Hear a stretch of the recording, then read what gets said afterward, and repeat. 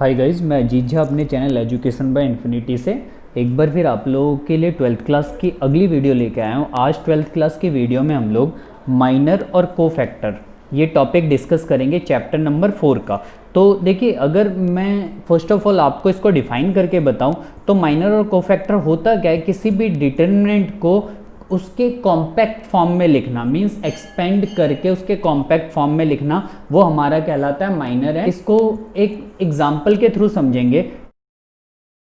मेरे पास एक 2 इंटू 2 का डिटरमिनेंट है, उसको हम ले लेते हैं। ये 2 इंटू 2 का डिटरमिनेंट आप देख सकते हैं। जब हम माइनर की बात करते हैं तो बेसिकली माइनर जो है वो m के सिंबल से बताया जाता है।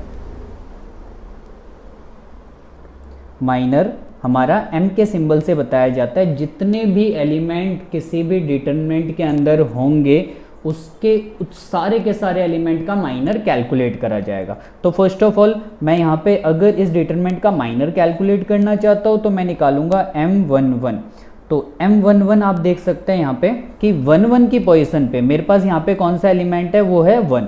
अगर 11 की पोजीशन पे जो भी एलिमेंट है उसके परपेंडिकुलर मैं चीज़ों को हाइड कर दूं तो जो बचेगा वो होगा हमारे पास m11 का माइनर। तो मेरे पास m11 का माइनर क्या आ गया, वो आ जाएगा 4। सिमिलरली हम निकालेंगे m12, मीन्स फर्स्ट रो और सेकेंड कॉलम में जो भी एलिमेंट है उसके परपेंडिकुलर सारी चीज़ों को हाइड कर दूं तो वो है हमारे पास 2। अगर 2 के परपेंडिकुलर मैं चीज़ों को हाइड कर दूं तो ये हमारे पास बन जाएगा, ये देखिए, ये पूरे का पूरा हाइड हो जाएगा और ये पूरे का पूरा हाइड हो जाएगा। तो मेरे पास एलिमेंट कौन सा बच जाएगा, वो बच जाएगा 3।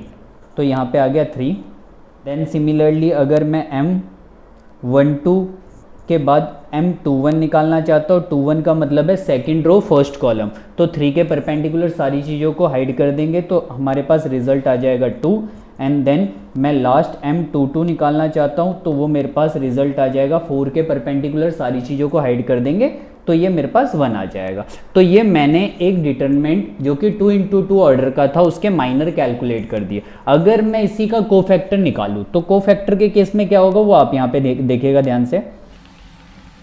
देखिए, बेसिकली कोफैक्टर के केस में भी सेम इसी तरीके से होगा, ठीक है ना। सिर्फ कोफैक्टर के अंदर चेंजेस क्या होते हैं वो मैं आपको थोड़ा सा यहाँ पे बता देता हूँ अलग से। तो फॉर कोफैक्टर्स आप रो और कॉलम को ऐड करेंगे, मींस जिस पोजीशन पे एलिमेंट है, सपोज 1 की पोजीशन पे एलिमेंट है तो 1 रो हो गया, 1 कॉलम हो गया।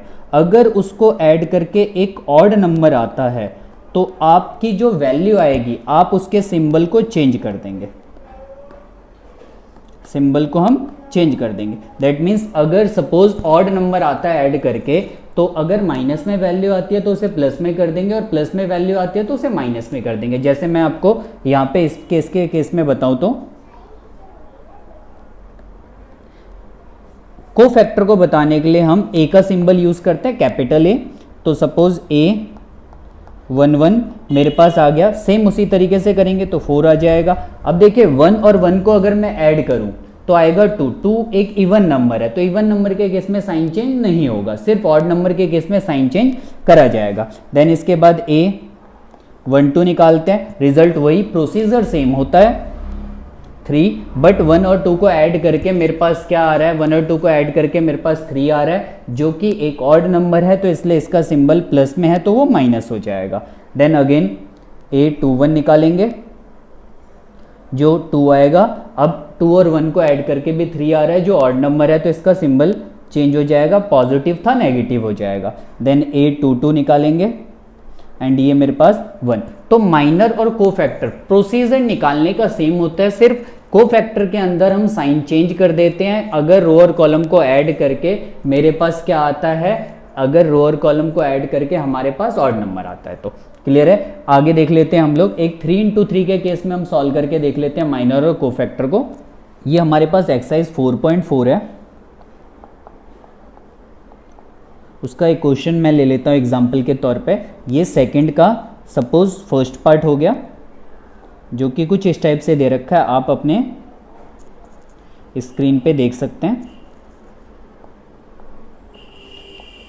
और देखिए अगर मैं इसकी बात करूँ तो आप इसको जानते ही होंगे, अगर आपने मेरी मैट्रिसेस की वीडियो देखी होगी तो कि ये एक आइडेंटिटी मैट्रिक्स है, और अगर आपने अभी तक वो वीडियो नहीं देखी तो आप देख सकते हैं, सबके सब आपको मेरी प्लेलिस्ट में मिल जाएगा, जो आपको मेरे डिस्क्रिप्शन बॉक्स में मिल जाएगा, साथ में लिंक के थ्रू भी आप जा सकते हैं। तो यहाँ पे ये इसका हमें माइनर और कोफैक्टर कैलकुलेट करना है। तो माइनर और कोफैक्टर के केस में सबसे पहले हम माइनर निकाल लेते हैं। तो माइनर के लिए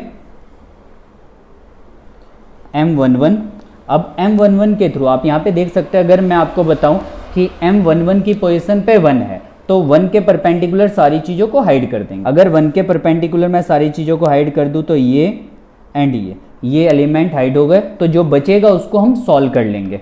तो हमारे पास बच क्या गया 1 0 0 1, एंड देन मैं जब इसको सॉल्व करता हूँ तो ये आ जाएगा result 1 - 0 which is equal to the 1। और यहाँ पे डिटरमिनेंट सॉल्व करने का मेथड मैंने यूज़ करा है, ठीक है ना। डिटरमिनेंट सॉल्व करने के लिए लास्ट वीडियो में मैंने आपको समझाया था, तो आप उस वीडियो से इसको समझ सकते हैं। अगर आपको डिटरमिनेंट को सॉल्व किस तरीके से करा है उसको समझने में प्रॉब्लम आ रही है तो देन इसके बाद हम निकाल लेते हैं M12 के केस में मेरे पास देखिए क्या आ जाएगा। 12 के केस में मेरे पास है 2 के परपेंडिकुलर चीज़ों को हाइड कर देते हैं, तो मेरे पास जो बच रहा है उसको हम सॉल्व कर लेंगे। तो सॉल्व कर लेते हैं, 0 0 0 एंड 1 आ जाएगा, ये मेरे पास आ जाएगा 0 - 0 which is equal to the 0। Then इसके बाद हम M13 निकाल लेते हैं। 13 की पोजीशन पे कौन है इसके अंदर, अगर मैं आपको बताऊं तो 13 की पोजीशन पे 0 है, 0 के परपेंडिकुलर चीज़ों को हाइड कर देते हैं, तो मेरे पास जो बचेगा उसको सॉल्व कर लेंगे।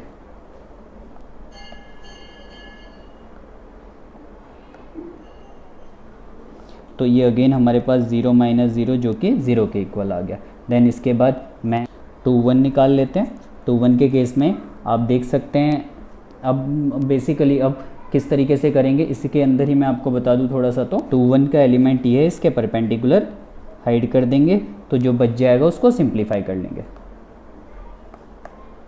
एंड हमारे पास क्या बच गया 0 0 0 1 which is equal to the 0 - 0 and वो आ गया हमारे पास 0। तो देखिए सेम इसी तरीके से हम फॉलो करेंगे, सारे के सारे जितने भी एलिमेंट है, 9 एलिमेंट है 3 × 3 के डिटरमिनेंट के अंदर, उसको हम फॉलो करेंगे। तो उसको मैं सॉल्व कर लेता हूँ आगे। देन कैलकुलेशन में मुझे लगता नहीं अब आपको कोई प्रॉब्लम आएगी, तो आप अब कैलकुलेशन अपने हिसाब से करते हैं, मैं इसके आगे इसको सॉल्व कर देता हूँ। तो ये आ जाएगा M22। जब मैं M22 की बात करता हूँ आप अपनी स्क्रीन पे देख सकते हैं मैट्रिसेस के अकॉर्डिंग, ये हमारे पास बन जाएगा 1 0 0 1। जब मैं इसे सॉल्व करता हूँ तो 1 - 0 इज इक्वल टू 1। M23 निकाल लेते हैं।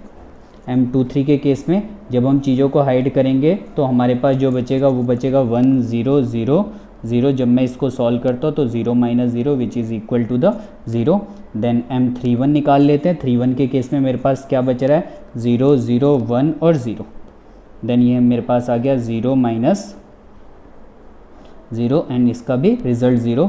M32 निकाल लेते हैं। 32 के केस में मेरे पास जब मैं चीज़ों को हाइड करता हूँ तो बच रहा है 1 0 0 0, तो ये आ गया 0 - 0 which is equal to the 0। और लास्ट M33 की बात कर लेते हैं।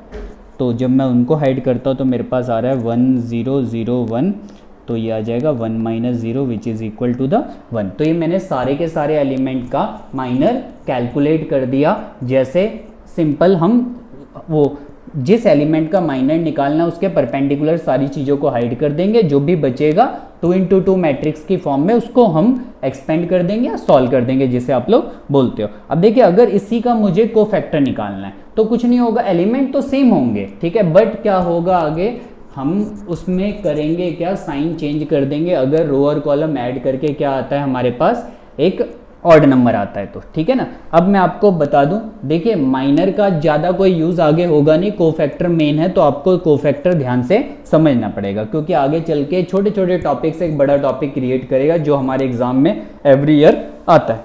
अगर मैं साइड में इसका कोफैक्टर आपको बताऊं तो कुछ इस टाइप से कोफैक्टर होगा, A11 सेम 1 आ जाएगा। अब आप 1 और 1 को ऐड करिए तो 2 आएगा, 2 आएगा तो साइन चेंज नहीं होंगे, ठीक है ना। ये हम कोफैक्टर्स निकाल रहे हैं।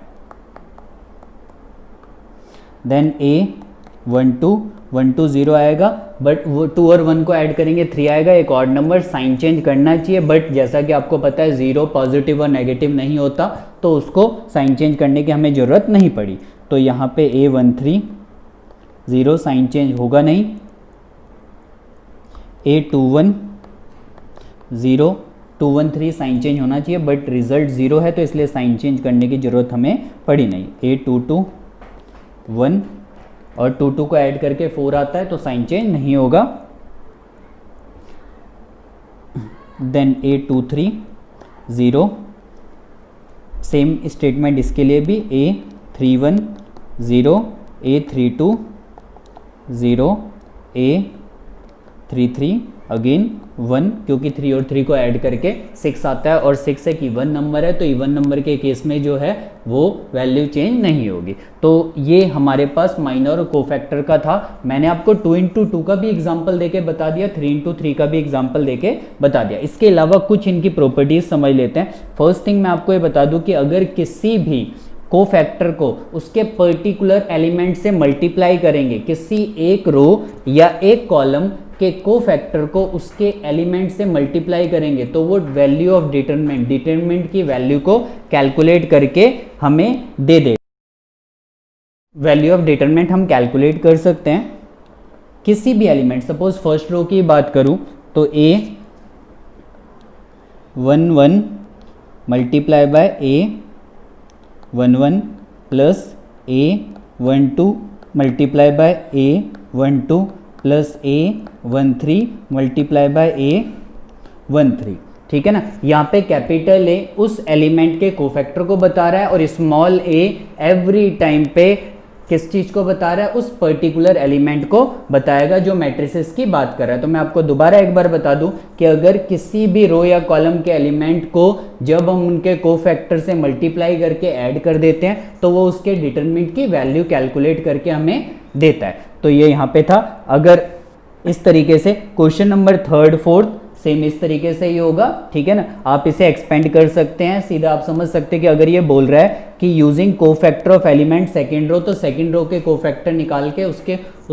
एलिमेंट से मल्टीप्लाई करके ऐड कर देंगे तो उसकी वैल्यू कैलकुलेट हो जाएगी। तो 3rd और 4th आप खुद ट्राई कर सकते हैं, कोई प्रॉब्लम आएगी आप मेरे से पूछिए। देन 5th जो ऑप्शनल क्वेश्चन है, इसमें MCQ है, उसमें मैं आपको बता दूं, आप देख सकते हैं कि कौन से ऑप्शन के अंदर एलिमेंट को उनके कोफैक्टर से मल्टीप्लाई करा गया। तो अगर मैं आपको फर्स्ट ऑप्शन, आप अपनी स्क्रीन पे देख सकते हैं कि फर्स्ट ऑप्शन में A11 को कैपिटल A31 से मल्टीप्लाई करा गया, जो काम नहीं करेगा। सेकंड ऑप्शन में A11 capital A11, A12 capital A21 है, जो कि गलत हो गया। हर एलिमेंट को उसी के कोफैक्टर से मल्टीप्लाई करना पड़ेगा। सी के अंदर 21 को 11 से मल्टीप्लाई करा गया, जो ऑप्शन करेक्ट नहीं हो सकता। तो डी के अंदर 11 को 11 से मल्टीप्लाई, 21 को 21 से मल्टीप्लाई, 31 को 31 से मल्टीप्लाई। मींस मल्टीप्लाई करने का यहाँ पे मतलब है एलिमेंट को कोफैक्टर से मल्टीप्लाई। तो correct is D is correct option for that particular question. तो ये हमारे पास 4.4 की पूरी एक्सरसाइज थी। आप बाकी जो भी पेंडिंग क्वेश्चन बचते हैं वो आराम से कर सकते हैं, मुझे लगता नहीं है कोई प्रॉब्लम आएगी। देन प्रॉब्लम अगर आपको आती है तो आप मेरे से पूछिए। आपको वीडियो अच्छी लगी तो आगे आप शेयर कर सकते हैं। अगर आप मेरे चैनल पर नए हैं तो सब्सक्राइब कर सकते हैं, ठीक है। इसी के साथ मैं इस वीडियो को ख़त्म करता हूँ। Thank you so much.